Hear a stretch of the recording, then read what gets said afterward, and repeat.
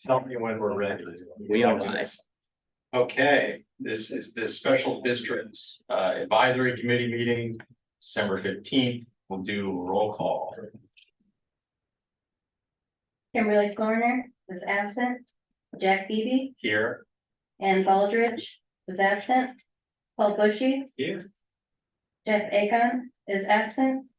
James Gordon, Present. Diane Hansen is absent. Al Lau, Here. Hector Martinez, He's here. waving. present. Dave McQueen, Present. Marty Miller, absent. Mark Roback is absent. Joel Scalzitti is absent. Mike Sims, Here. Oliver Smith. Here. So there is a quorum with 8 members present.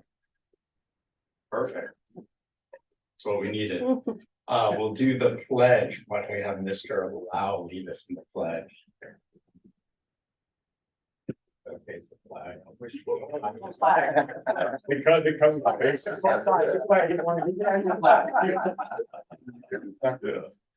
Ready, begin.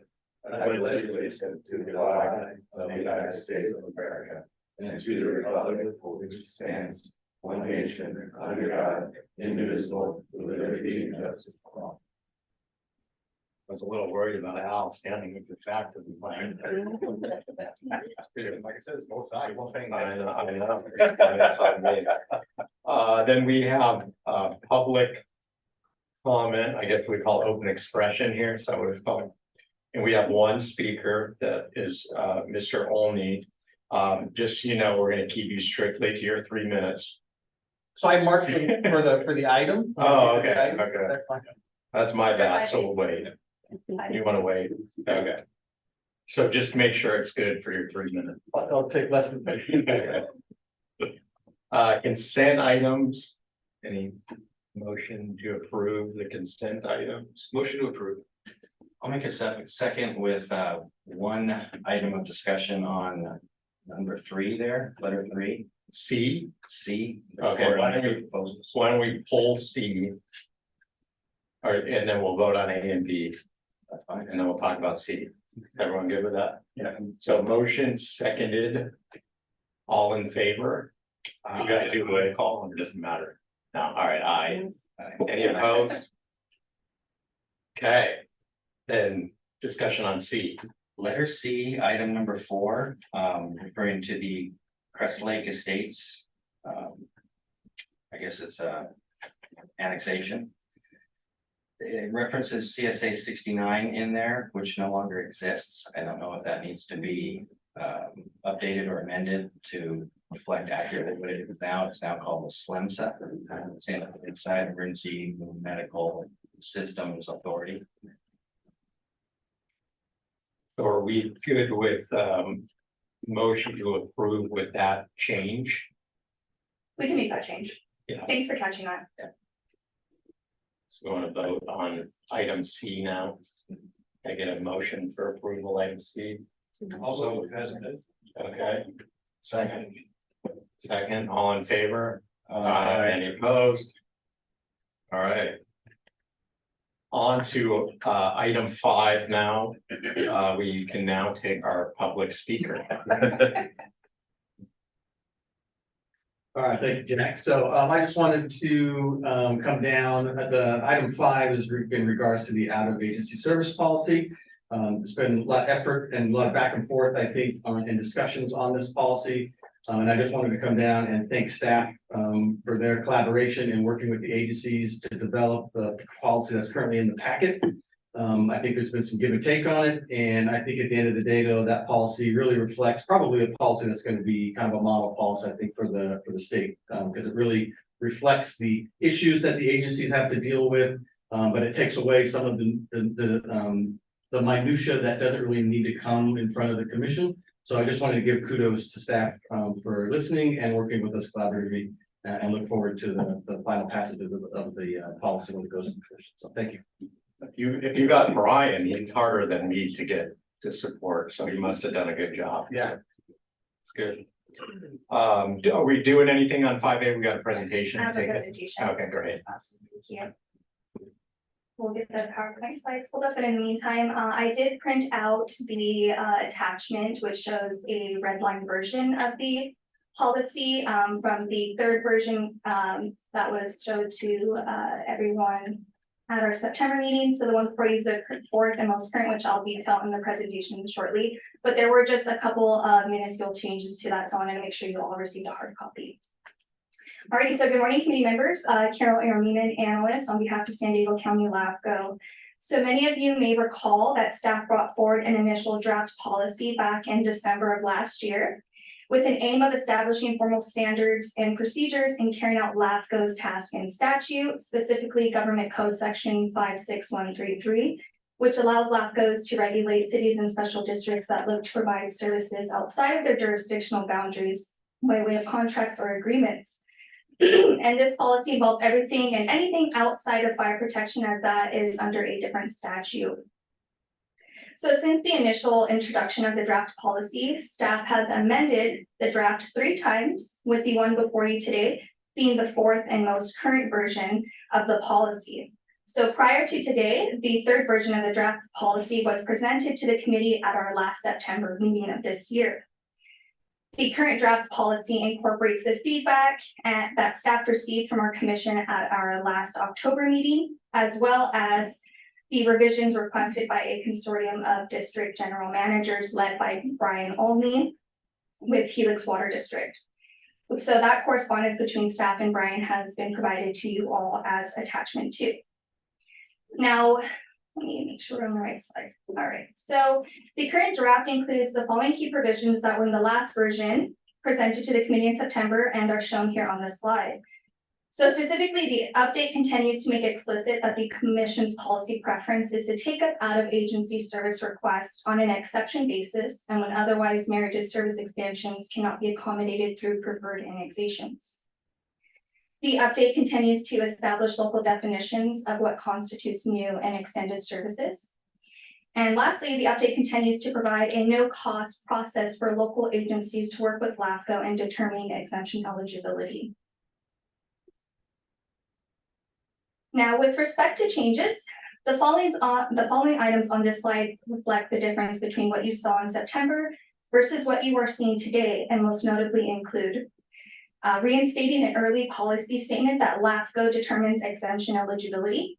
The current update significantly expands on local exemptions in which the commission would formally say that LAFCO approvals are not needed and include a list of all the activities that are outlined on pages 3 and 4 of the agenda report. And lastly, the current update bifurcates the existing delegation to the executive officer by saying only emergency water and wastewater out of agency requests can be administratively approved. So all other requests, similar to the one that we saw with Palomar, would go to the commission. Now, for those who find this comparison helpful, staff has produced a track change version of the policy, which is the hard copy you all have in front of you. And to conclude, I would like to remind you all that this update is being presented to the committee for discussion and feedback, but with an opportunity to provide formal recommendation to the commission should you see fit. Thank you for your time. That concludes my presentation. Hey, any comments, discussion, is there a desire to make a recommendation? Yeah. 2 points. What was the rationale for saying everything before 2001 is exempted, any agreements? And why isn't that anything before January 1st, 2024? And just take everything that's already out there, already agreed to, and say that there in the exemption is all new. That's a good question. I'm gonna have Keen help answer that one. Yeah, so a member Smith, so it's actually from the statute. So the statute itself is premised on saying any new or extended services established prior to the 1st of January 2001 is outside of purview. If the question is then, well, why doesn't LAFCO create a local policy that creates our own starting date of 24 or whatever the case may be? It would simply be inconsistent with the statutes, and we would feel uncomfortable about that kind of discretion. But you're changing the statutes, how you're how you're viewing the statutes, how you're interpreting the statutes with this revision. That would be my point, it's everything, so this revision, when passed, is for everything beyond, anything that comes up beyond this revision. You might clarify what statute you're referring to, just so it's clear. So that statute isn't this guideline, but it's another state statute, correct? Correct, so, thank you, so government code 56133 is the mothership, if you will, of this entire set of regulations. That's where the January 1st, 2001 date is found. I would view what we are doing today as interpreting and implementing, whereas the comment of perhaps restarting the effective date being a conflict. So there's the distinction that LAFCO staff is making. Okay, second question. Currently, Fallbrook and Valley Center have an agreement for Valley Center to borrow their Vector truck when needed. And there is a written agreement for that and so on. If that were to come up against these rules right now, what would be the LAFCO response? I read it as an exemption under the shared service bid itself, but. Yeah, that's correct. It's one of the listed activities that would not require formal approval from LAFCO. So it'd be the shared activities. Sure, yeah. Section that would address that. Right. Okay, thank you. Questions?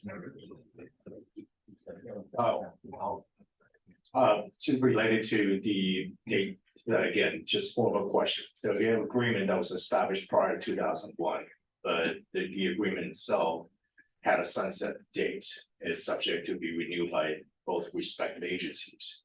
Now, the renew agreement under this policy, would it come through the LAFCO Commission for review, or would it be exempt because the original agreement was done prior to 2001? So the agreement, if it was renewed under the same terms and conditions, we would find it to be exempt, staff would. However, if the agreement was then somehow, the renewed effort was somehow materially different, i.e., arguably, there's an extended use to it. Well, not so much. We've tried in this policy to create some guardrails to that potential discussion. One is we've defined extended, right? So the statute itself and the policy in its implementing and interpreting ways is defining extended to reflect some kind of fundamental corresponding land use change, a zoning or redesignation that is creating some type of intensification, meriting the extended use. And then separately, I believe in the policy, and I'll ask Carol to help me, I believe we've created essentially a window that so long as the new agreement is struck within 6 months of the prior terminating, we would view that as continuous. What we wouldn't view, again, at LAFCO staff as being continuous if there's somehow 6 months plus a day or more of a clear break of service provision. There we would say, well, now we're dealing with a new agreement. Yeah, thank you for the clarification. Yes, and I know, Keen, you've heard a lot of comments from me and you're well tired of it, I know, but what was the premise behind the 6-month period? And from my context, especially right now, we had a situation with our treatment facility where there's some force majeure type event. It could potentially, with the long lead times for equipment and things of that nature, it could potentially take 9 months to a year to go back online. What was the premise behind 6 months of not providing that service, and is that a reasonable time? So it is a discretion on the part of LAFCO, and we're exercising kind of the legislative element of what we do, right? Which is what's a reasonable, in this example, what's a reasonable period of time to decide what is essentially a continuum of an existing agreement versus, okay, enough time has passed and we're now going into a new substantive arrangement. So it's a judgment call. There's no magic to the 6-month number other than, okay, it's clean. It's not a year, but it's half. Be cleaner if it was a year. Well, I would suggest perhaps then one of the things that the agencies could do is enter into an interim agreement that if one was ending and you were still working on another, that you would want to cover yourselves and say, you know, there's some kind of rigid agreement of the former as you work out the details to get to the new. At some point, we've got to, you know, find a number. I'm not necessarily opposed to 12 months. But I suppose just for the benefit of being a regulatory agency, 6 months seems like, okay, we're holding the agencies a little further towards the accountability ledger than the other perspective of LAFCO being a bit, you know, loose in its regulatory duty. If I make I can kind of read between the lines here, what Paul is worried about, which I think what, as you wrote it, would be a pretty straightforward agreement. The parties just need to negotiate the settlement. I think what Paul is worried about is, say he provides service to someone with recycled water. His facility goes offline because of an uncontrolled circumstance. He's not able to provide that service, and then someone else says, all right, well, now you can't provide it anymore. So maybe there's some language, unless, you know, if there's an uncontrollable circumstance or something like that requires additional extension. Is that Thanks, Jack, for interpreting for me and doing it way better than I did. But it also could be a situation, I can think of situations not necessarily in our service area, but I know with facilities in Oceanside and Carlsbad with pump stations and failures at those pump stations where there's temporary agreement to move that some of the flow from that into another agency, in this case Carlsbad's pump station. But if you, I mean, lead times now can be 6 to 12 months for just getting equipment in. 6 months seems really tight if you have to do capital improvements. Does that make sense? Yeah, so that and that is helpful context. I think we can, with this, coming short of committing to that change, I think it's reasonable, and I think we can explore it and at least tell the commission this is a fair alternative. If not, when we go to the commission, actually recommend it. Okay, thank you. Just a quick question, I probably know the answer. For out of agency services exclusive of fire protection services, does fire protection services also include ambulance and medical transport? We interpret it to be yes. Any other questions from anyone? And so I guess a question for this group is, we generally don't enjoy being regulated. That's kind of us. We understand LAFCO, you know, has some requirements to interpret this policy. I guess the question is, do we want to recommend approval or just sort of acknowledge we've reviewed it? I don't know if it matters much either way for Keen. I guess we could ask him what his preference, and then, you know, decide if we want to take a vote or not. On behalf of the commission, I think they would like a recommendation, whatever the recommendation be. So I kind of prefer if staff makes that recommendation to the committee and then we vote on it. That to me is kind of the good concept of how we. Well, I think their recommendation would be we support it, and so that's the question is, are we? I didn't see that in the letter. It was I think you actually did kind of sort of wanna, and I'd rather see something stronger from. Well, respectfully, so this goes to the organization setup. You advise the commission. We staff you, but we're cognizant that we do not, you are a check in the commission's decision-making process. So Carol's given you a fourth version of what we think seems to cover the bases as best we can. I don't think we offered a recommendation yet because we offer a recommendation to the commission, not necessarily to the committee. We want the committee to independently decide what you see fit. Yeah, and so I'd see it as, we could either go forward and say, we support as written and this group recommends approval. We can say, we appreciate they've incorporated our comments and we acknowledge those comments have been incorporated and leave it at that basically we reviewed it and they've addressed our comments. You could say you don't, those are kind of the range or we don't. Now, obviously from staff, I think, their preference is obviously gonna be, if we support it, that makes it easier, but I think it's up to this group to decide which avenue you wanna take. Go ahead, Rick. Jack, so I'm thinking that the whole purpose of this exercise is for clarity and to have better organization and all that.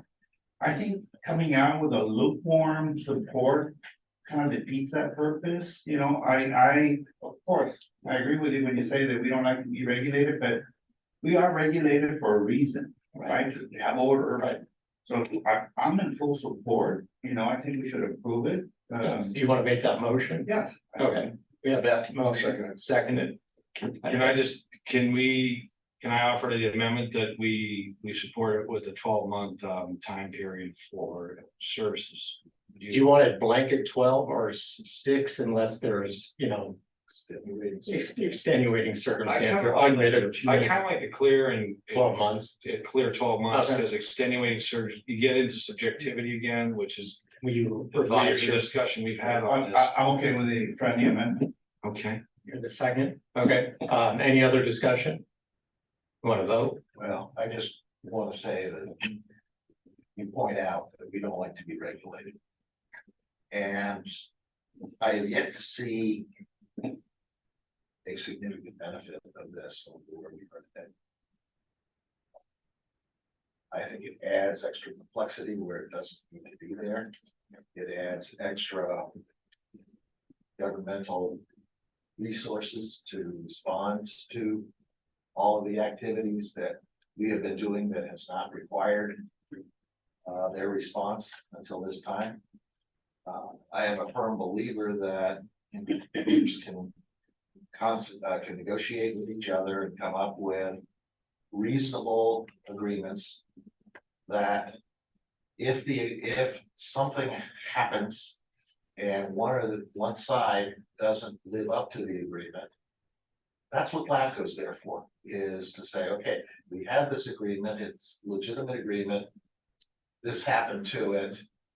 LAFCO, as the overseer, can say, yes, the agreement stands, no, the agreement doesn't stand. And in that way, they can get involved, but they don't get involved unless there is an issue. And I think we appreciate that. I think that the thing here to remember is, at least LAFCO's interpretation of the statute requires them to do something more than nothing. And so this was sort of their attempt to address what they see as a requirement under the state statute. So that's, I would say that they've had since 2001 to do this. Yeah. And why all of a sudden now? Yeah. Are they making these changes? Yeah, I think that those comments are great, and I don't want to answer for Keen, but I would just say, I think there were some activities that occurred among local districts that sort of brought this forward, which is how it kind of ended up here. And again, my point would be, those activities that you point out, Right. LAFCO is involved in. Yeah. They were brought into it. And they can do what they have the statutory ability to do. I don't see the absolute need for preemption. Yeah. To do it upfront, affect every agreement that we have, has to be reviewed and a decision made. I think that is beyond what they need to do. They can do what they need to do with what they have today. Okay, I think we had Mike and then Hector too. Yeah, two things. You stated some of the thoughts that I had, Jack. My simplistic view of LAFCO's mission, similar to things you're saying, is play referee with boundaries and services and stuff. I'm sure it's more than that, Keen, statutorily. But correct me if I'm wrong, Keen, you had mentioned in the past that this was being driven by the commission to do something, and it's gonna happen regardless, so we might as well get our 2 cents in to make it amenable to this group. Yeah, so I think those two things are not mutually exclusive, and we have something that has been worked on and the input has been taken, 4th iteration of it, so I think we're gonna have to support it to not use Hector's words, not appear lukewarm in this effort. Yeah, and everyone will get to vote and make their position known. I just wanted to say with all due respect, I disagree with Oliver. I think this is gonna make it better. Number one, and number two, we have a motion and a second on the floor, we should vote on it and take it from there. Yeah, I was just gonna see if we had any other discussion. You can call the question if you're tired. Well, I mean, Is there other discussion? All right, why don't we do the vote? Why don't we roll call just to be very official here? Jack Beebe, Yes. Paul Bushy, yes. James Gordon, Yes. Al Lau, Yes. Hector Martinez, Yes. Dave McQueen, Yes. Mike Sims, Yes. Oliver Smith. Yes. So there is 8 in favor with 0 opposed, the motion passes. All right, good discussion. And thank you, staff, for incorporating all the comments and getting this from a very contentious issue to a less one. So why are we at 5B? Is that a presentation? Yes, I'll be handling the presentation. Thank you. Alrighty, hello again, committee members. So the item before you today ties to the LAFCO fee schedule and the suggestion to provide targeted fee waivers and or fee reductions to our funding agencies, specifically with an aim to help the smaller agencies who have limited resources. And this also comes to us by way of an inquiry received from Commissioner Willis. Now, Commissioner Willis informed staff at our October 2023 meeting that he has heard from some of the smaller special districts that would like to file otherwise logical boundary changes with LAFCO, but have not done so because of the fees. So in response to his inquiry, staff proceeded to bring forward a rather broad agenda item at our last December meeting. And staff also requested an opportunity to vet the item with our Special Districts Advisory Committee. So therefore, this item is being presented to the committee for your collective feedback and discussion to help inform the commission of potential next steps. So this includes, and as I will show on the next few slides, summarizing the current fee schedule and its existing allowances involving fee waivers and fee reductions, as well as identifying a few potential options in providing targeted relief to the funding agencies. So on this first slide that you see, it summarizes the existing fee schedule and its core features. So specifically, the current fee schedule was last comprehensively updated in 2019, February 2019. It is largely a fixed schedule as opposed to a time and material format. The fixed fee amounts are determined by applying a composite hourly rate against a set amount of hours it is expected to take to process certain and otherwise common proposal types. The current composite hourly rate is $220, which proportionally recovers both staff and overhead costs. And lastly, most application filing fees at LAFCO range between $6,405 and $23,250.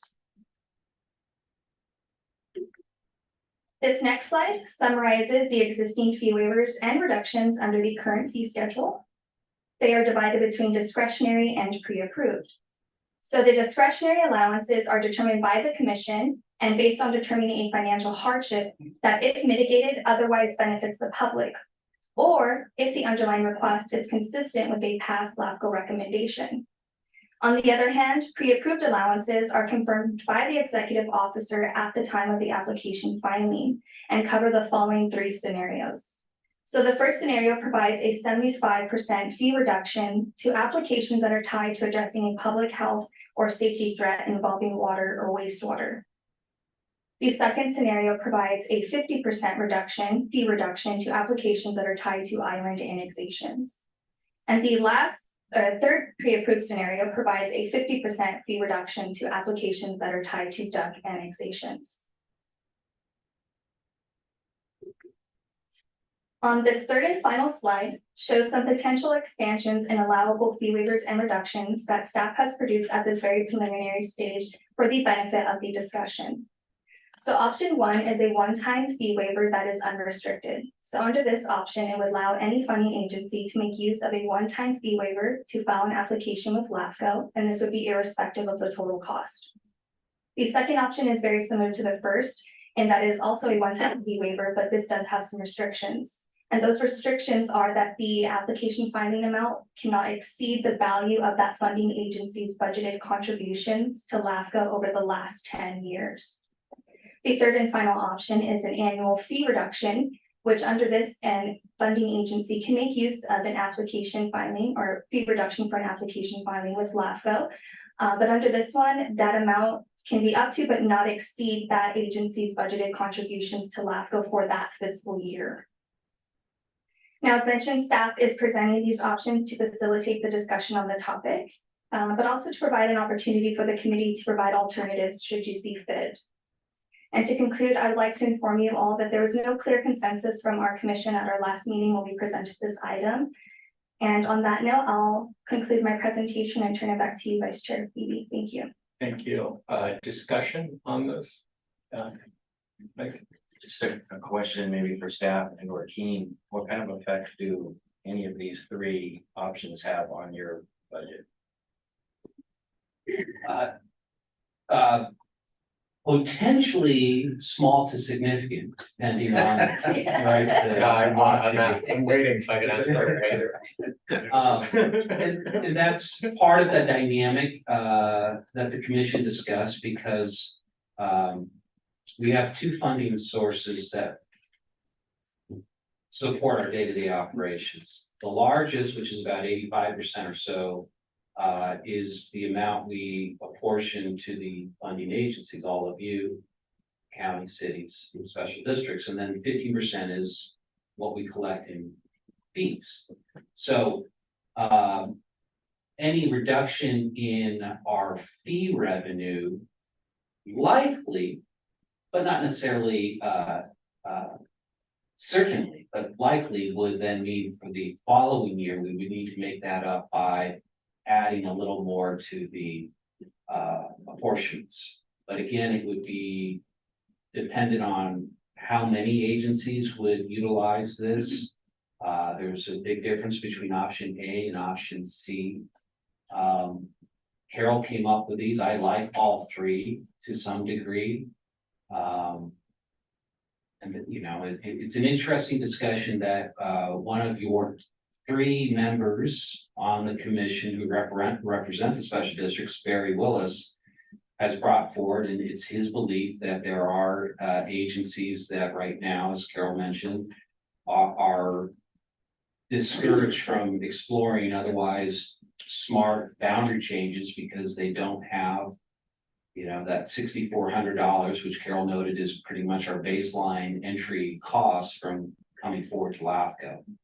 So I think the one suggestion from my side looking at it is I think the large blanket exemptions could potentially create more conflict than they solve because your funding comes from us and then we feel like, well, why are we, you know, for example, if it was Fallbrook, everyone already was angry with Fallbrook, would then also be more angry because they would be paying LAFCO for it. But I think generally the things we don't submit or don't get to LAFCO are sort of individual parcel adjustments because the cost of doing it is so significant, you know, for a single applicant. And so the large reorganizations, I don't think LAFCO is necessarily the hurdle because there's other costs associated with it, but it may be to focus on the discretionary ones to, you know, instead of just islands to maybe be, you know, individual parcel clean, and a lot of it's probably cleanup where they're providing. You know, service, but they're not formally in the district, or you have water service exchanges, so maybe there's a way to maybe focus on the smaller. You know, individual applications versus. Sort of a blanket fee waiver, at least that's my thought from things we don't submit, I don't know, Paul. Yeah, I just had a couple more overarching questions. The current fee schedule is designed more or less to cover your costs, right? And kind of in our world, we live in the Prop 218 world. It sounds to me if there's reductions, then the entire memberships would subsidize that cost in some way, shape, or form. Which kind of the way I view the world, you know, the cost has to be proportional to the service. And so I guess I just want to confirm that your current costs are sufficient to cover your costs. So this isn't an adjustment to that. This came from a request that said that smaller agencies can't afford the minimum fee, $6,400. And is that your experience dealing with the members? Because that seems kind of odd to me that an agency couldn't come up with $6,400 if it had some sort of, you know, annexation or request. That seems, I don't see that, you know. So through the vice chair, staff has not had any explicit interactions with member agencies where they have balked at paying that $6,400. That said, what Commissioner Willis has illuminated is that that just the fact of a fee schedule that tells them there's a $6,400 fee has precluded them from even coming forward to talk to staff. Apparently they have talked to, and as you know, Commissioner Willis, you know, does his rounds and checks in with all the special districts. So he's having that discussion, staff is not. Okay, yeah, just because in our, you know, the way in Jack's case, that when we have a couple islanders, as you're aware. You know, our policy, I think most policies, at least in the water wastewater side, are that new development pays for that. So they have to make a decision if they want our service, we would pass the annexation cost through to them. Is that not the case with Barry? Is that what he's saying? Or I think that is the case. The problem may be is, you know, if you have a individual parcel that isn't a development. So out in some areas, it's going on an individual homeowner. Who's just trying to get, water service, right? I'm in Rainbow, I want to get service from. Albrook, the parcel wouldn't get annexed, you'd have some sort of agreement between the two, because $6,400 for someone. You know, an individual, it's different if it's a development. That's what I'm saying. I think it's generally, smaller individual homeowner type fees that we're then trying to pass through to them, where it's a problem. Yeah, we typically do that at our agency. That's the cost of, whether it's a small homeowner or not, they're not as sophisticated as a big developer, but they are in fact sometimes. In our area, it's mostly split lots, and the land use agency by us, which is the city of Encinitas, this particular area, they're required to connect to the KDS system. So we do pass that through. And in addition to this, so I guess I'm just, will this really be that effective, and what will be the impact on LAFCO's operation? You got saying. And your ideas were interesting. Is there, I appreciate Commissioner Willis, and he has a tremendous amount of energy. What I don't really know is how much of an issue this is. I always hate trying to create solutions to problems if I don't know they exist or why they exist. I'm wondering, I can see on the split lots, because we've seen that before, it can be a big issue. There may be some districts that really have bad financials. I'm wondering, is there any way to acknowledge that it's possible that the issue exists, and it's possible that where the issue does exist, that they might need to come to LAFCO for something? Is there any way we could create like $5,000 one-time or once a year exemption, whereas it's just done based on financial need is determined by someone, rather than make it a little more flexible, that there's a pot of money here, that $5,000 can be forgiven in the right circumstances, and find some way to do it based on need or size of project or something. It pretty much knocks out, I think, most of the big water districts. The fire districts aren't gonna be there, and some of the smaller districts, 5,000 may make a difference to them. And I think, part of the feedback that may be coming, at least so far from this group, is there may not be a big need. So that may be sort of the answer to Barry right now is we're not, again, I've only seen a handful on ours, and it's usually, some of them might qualify under failing septic or some of the duck side items that are already exempted, quite honestly. That's generally where we've seen them, is kind of low income individual parcels, and that seems like it's covered. So I don't know if others any issues in Rancho Santa Fe. Nobody can afford the fees for an house district. I see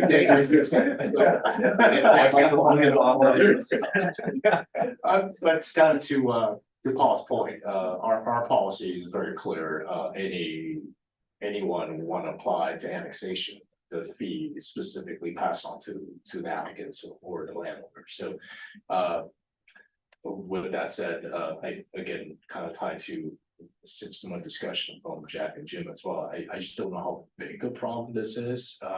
Again, I'm my little bubble admittedly, but there might be other areas. Perhaps this could be applicable.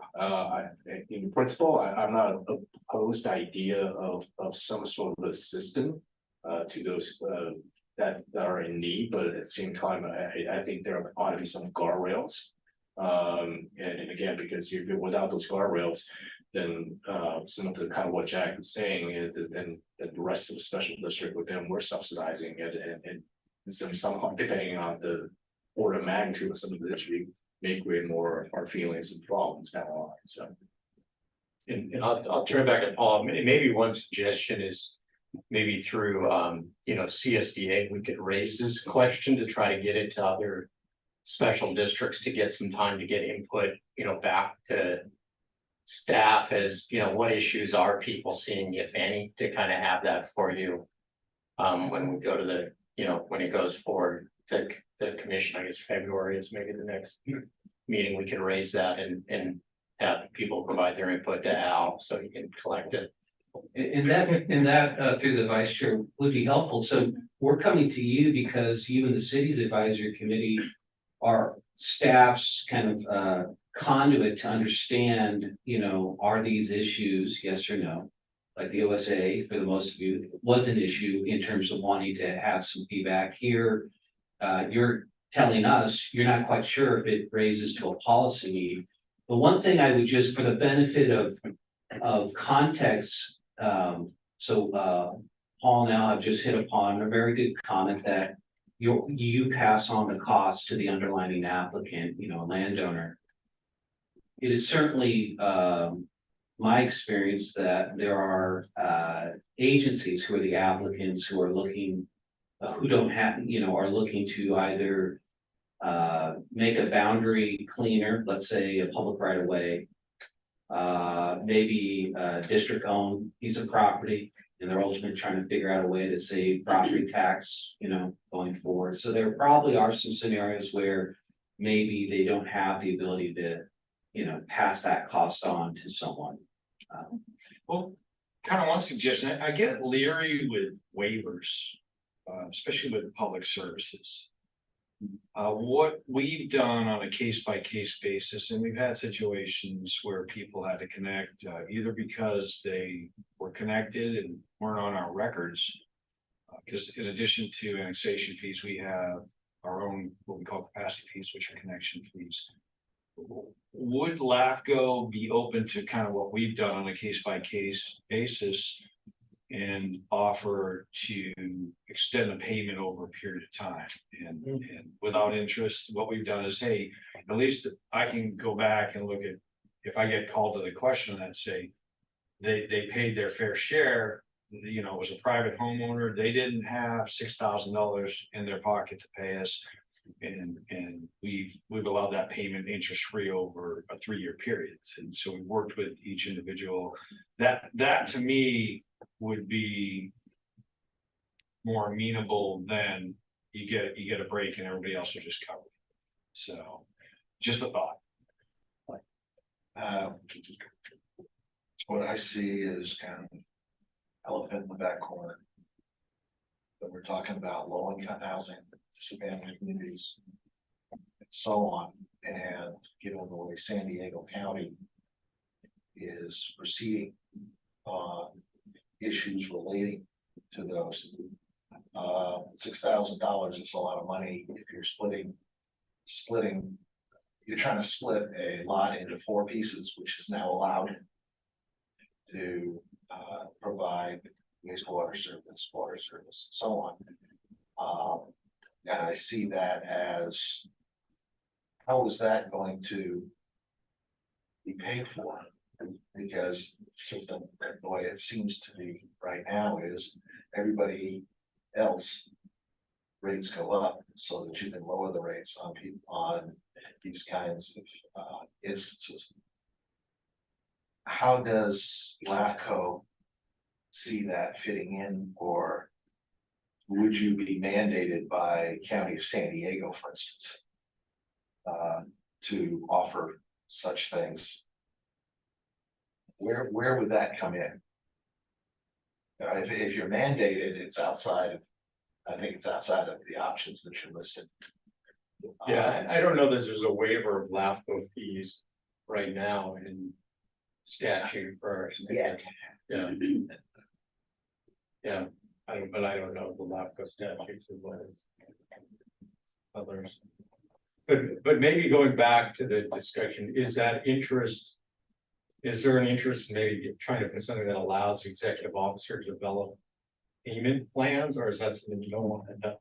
Well, could I ask a question to Paul on that? So, intrigued, but then the question is, so do you allow the person on good faith to then connect while they still have payments to go in the future? Well, yeah, the difference we Yes. have is they're our customers, right? So Right. we have control over it. We could ultimately put it on the property tax roll if they didn't pay. I don't know that LAFCO has that ability. So if someone doesn't pay LAFCO, they're just sending Keen to the door.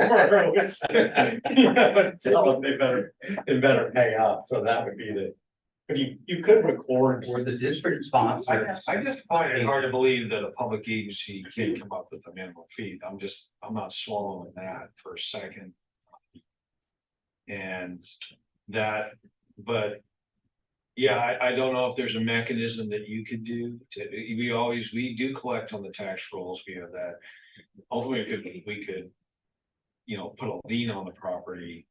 But it's much more effective to just add it to, we've added cases recently where we just added to tax rolls, and if they don't pay their property tax, the county's got a whole can of power that we don't have. But I don't know if there's a way, since you do have some affiliation with the county, that you could work something out. Our policy is you pay upfront all of it at once. And so, but in cases where people have come and said, hey, you know, this is a financial burden on us, we say, well, okay, well, why don't we do something?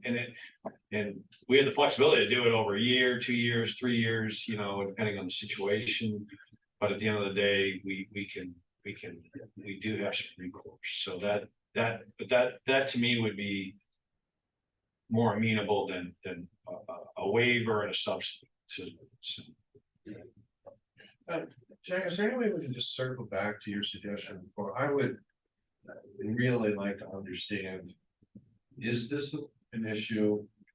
Why is it issue? Does it impact, you know, low cost housing? Does it just impact agencies? I guess I wouldn't mind solving the problem, but I'd really like to know, A, if there is one, and B, what it is. So maybe for now, if everyone's okay with that, with sort of circling back on that suggestion, instead of getting caught in how to fund something that maybe isn't a problem. We circle back and maybe do something to be able to give a brief overview at CSDA and then ask for input so that we can get other special districts to identify specific problems so that we can maybe circle back on how to solve them. If that works for everyone. And we can get Barry to expound. Yeah, no, seriously, I was just thinking about that. So, and then at least we have examples to bring forward. When is the next CSD dinner? February 16th. Okay, I can provide the presentation on this there, and then maybe we can collectively get their feedback, and then we can bring all of that to our commission and kind of give them an update. Okay. It may be in right there. Maybe. He's usually there. Because yeah, I think Barry's usually there. Oh, yeah, I meant to our, never mind. Yeah, you can connect with Jose Martinez, our vice president, who's responsible for programming. Okay. Thank you. Okay. And then we're on to 5C, the port. Is that a presentation? I take it. All right. Good morning, committee members. I'm Kayla Peters on behalf of LAFCO staff. So this is a question that has been brought up a few times in the past by the commission, and that is, what is LAFCO's oversight responsibilities as it relates to the port? So as you all know, LAFCOs were created by the state in 1963 to oversee boundaries and services of cities and special districts. But one important district that we have not had any oversight on is the Port of San Diego, formerly known as the San Diego Unified Port District. So the port was created by the state just 1 year prior to LAFCO's in 1962, with the duty to develop and manage harbor activities along 34 miles of waterfront within its 5 member cities, which are Imperial Beach, Chula Vista, National City, Coronado, and San Diego. And to date, LAFCO has never asserted any direct oversight on the port. But a preliminary assessment back in 2021 draws on reviewing both LAFCO law and the Ports Enabling Act, which in the absence of the port or others providing information to support an alternative determination, concludes the San Diego port is a district subject to LAFCO. The assessment also concluded the port is eligible to seat members on LAFCO and ultimately responsible for paying a share of the overall special district's apportionment of the LAFCO budget. After the topic laid stale for 2 years, this past October, our commissioners suggested we take a deeper dive into our oversight duties and role with the port in response to a recent civil grand jury report that identified the lack of local oversight of the district. And our analysis concluded the following. Port districts are not excluded from commission oversight via the legislature's list of special districts. There are 2 other known port districts, Ventura and Stockton, formed under the Harbor and Navigation Code, which are overseen by their LAFCOs. The San Diego Unified Port District Act specifies the port may annex additional territory to be dissolved by operation of law, and it appears LAFCO statute serves as operation of law, given no other direction is provided in the Enabling Act. Without LAFCO oversight, there are no clear mechanisms for boundary changes for the port to be filed with the State Board of Equalization Tax Division. And as a reminder, LAFCO assumed the conducting authority role from the affected cities and districts back in 2000. So the tax division reports no boundary change filings for the port have been received since then, despite 3 of the 5 port cities having annexed unincorporated lands. And this disconnect suggests LAFCO should be reorganizing annexations involving the 5 cities to include concurrent annexation to the port and filing accordingly with the tax division.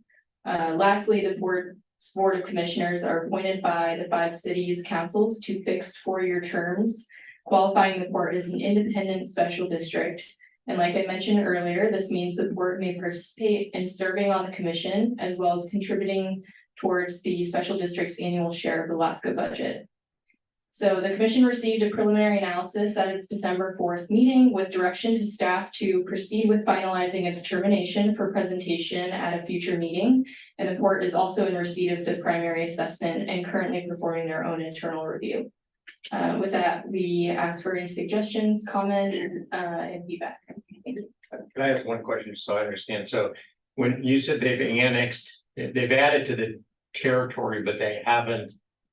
It hasn't been reflected on the tax roll, is that correct? So there should be taxes collected from those additional territories for the port district, but it didn't all get filed, so they're not actually collecting taxes. Is that what you were saying in sort of a kinder way? Well, Or am I- so take the taxes part of it, just physical boundary of the port. So the legislation in 62 says these 5 cities shall constitute the boundary of the port.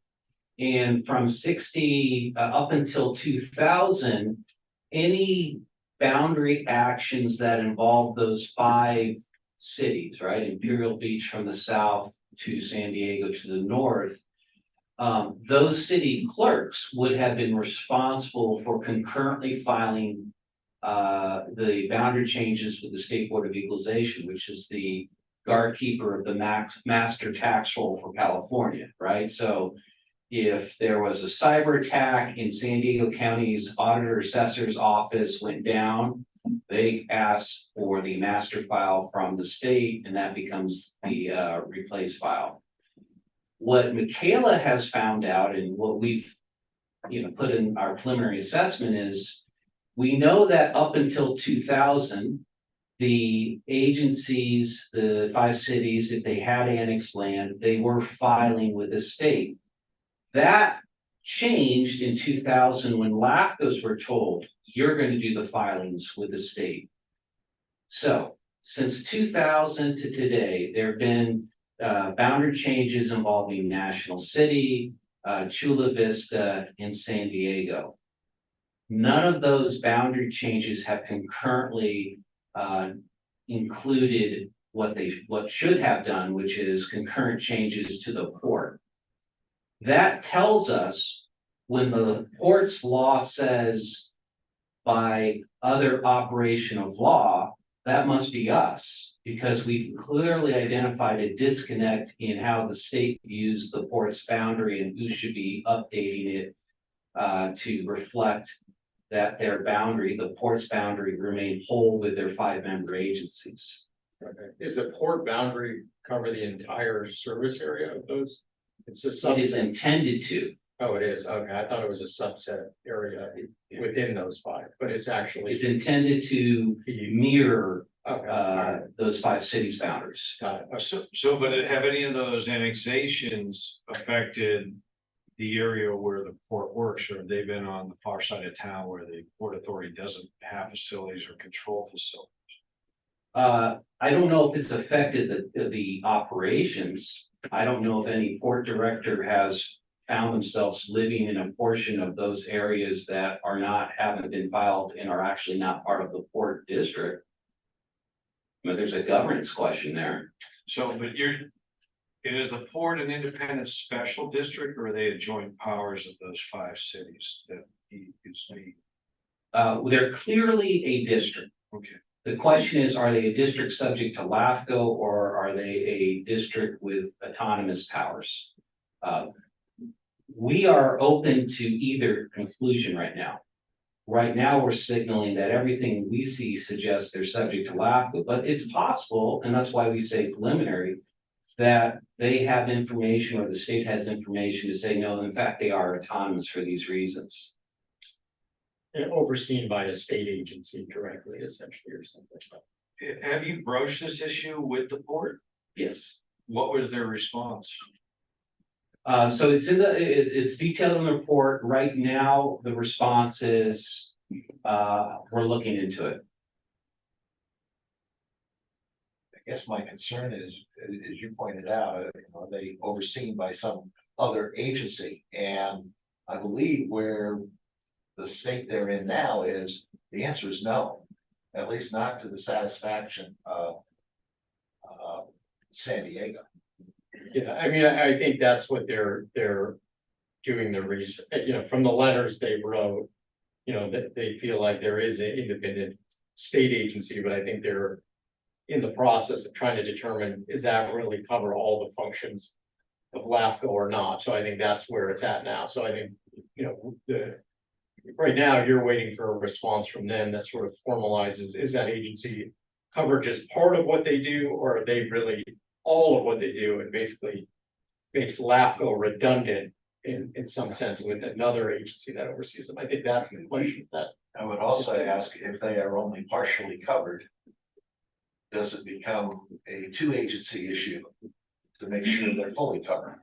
Yeah, I think that's the question, is that they have to be fully covered in some fashion, essentially. Some fashion, yeah.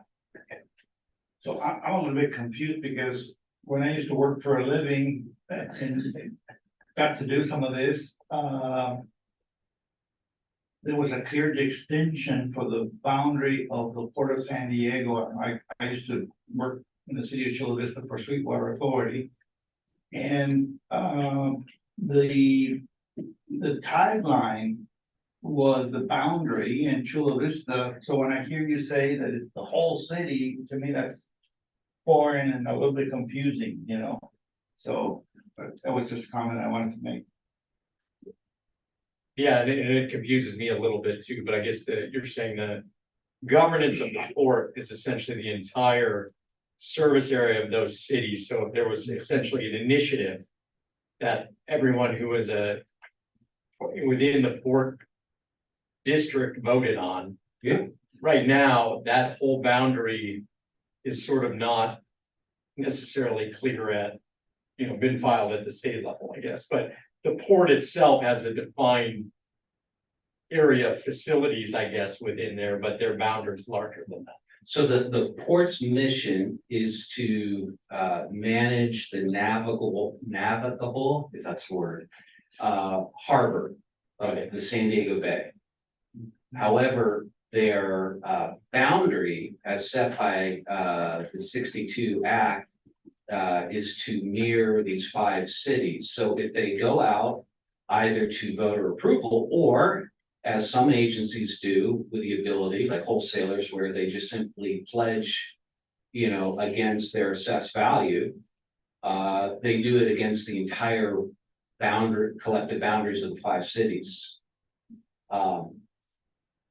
And so the reason we are bringing this to you is maybe threefold. One is, it's an interesting topic and it affects special districts, right?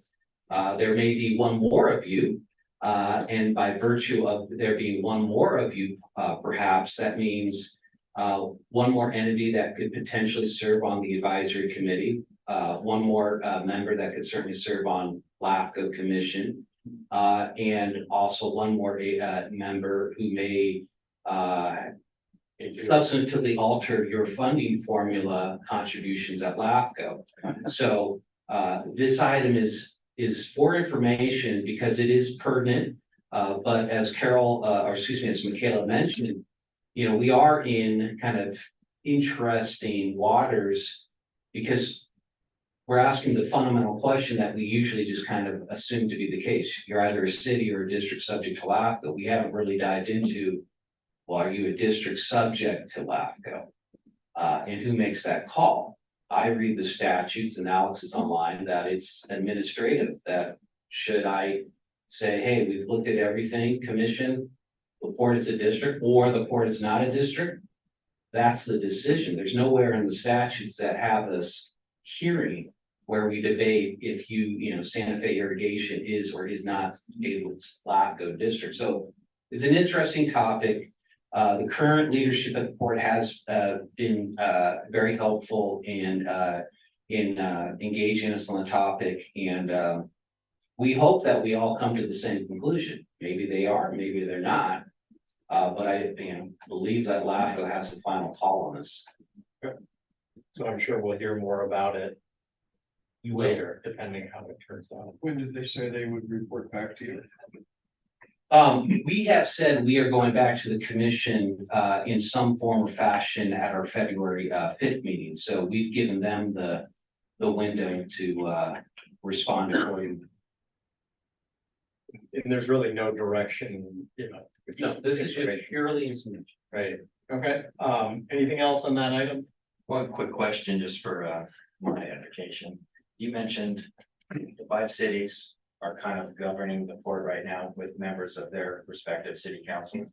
And then if they do become a district, the port does, and they have representation on the LAFCO commission, it is gonna be one of those individuals from one of those 5 cities who may or may not already have representation on the LAFCO commission. Potentially, would they have 2 people on the commission then, and how do you bifurcate those? They would be wearing their port hat, so we would not view them as being, oh, well, there's 2 members.